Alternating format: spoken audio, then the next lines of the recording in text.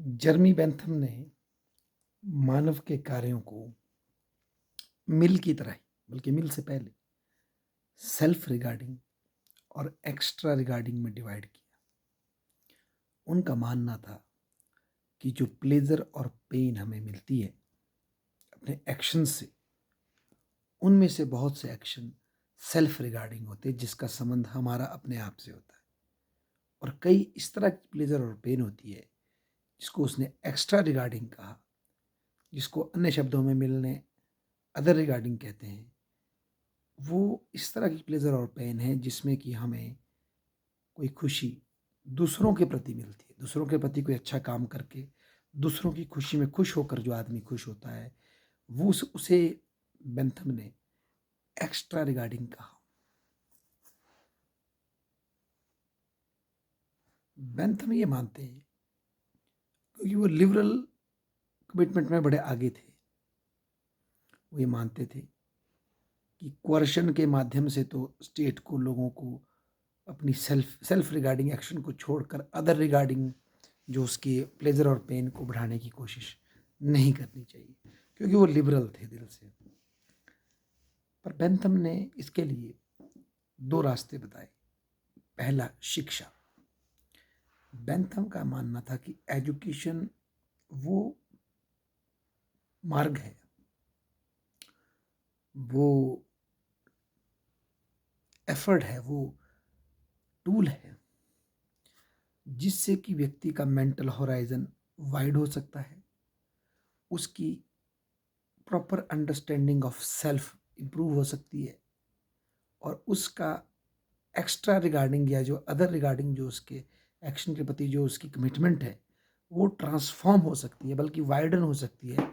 और आदमी को ये रियलाइज़ हो सकता है एजुकेशन से कि अगर हमें अपने देश में शिक्षा को बढ़ाता हूँ तो इसका लाभ मेरे लिए ही है, इनडायरेक्टली ये मेरे से ही जुड़ा है। तो ये परसेप्शन आदमी की वाइडर हो सकती है, आदमी की सिविक सेंस बढ़ सकती है एजुकेशन से।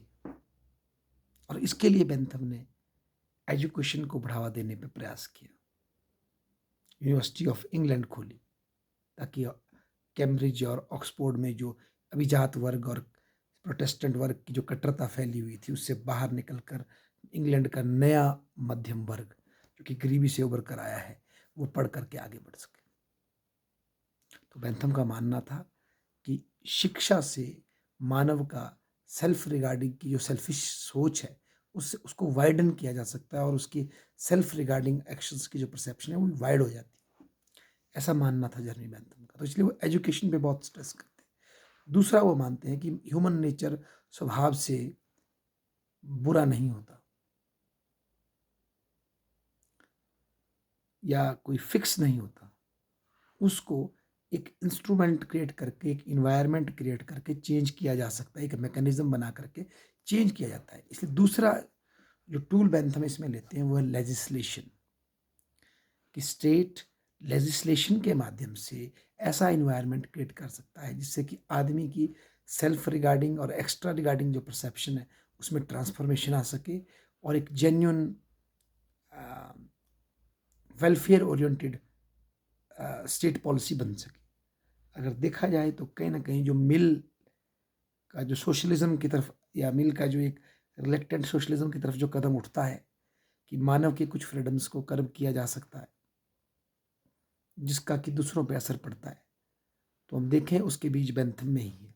जो बेंथम एक्स्ट्रा रिगार्डिंग एक्शन के संदर्भ में दूसरी रेमेडी देते हैं कि लेजिस्लेशन से हम ह्यूमन नेचर को चेंज कर सकते हैं, प्यार से ट्रांसफॉर्म कर सकते हैं बजाय कोerशन के।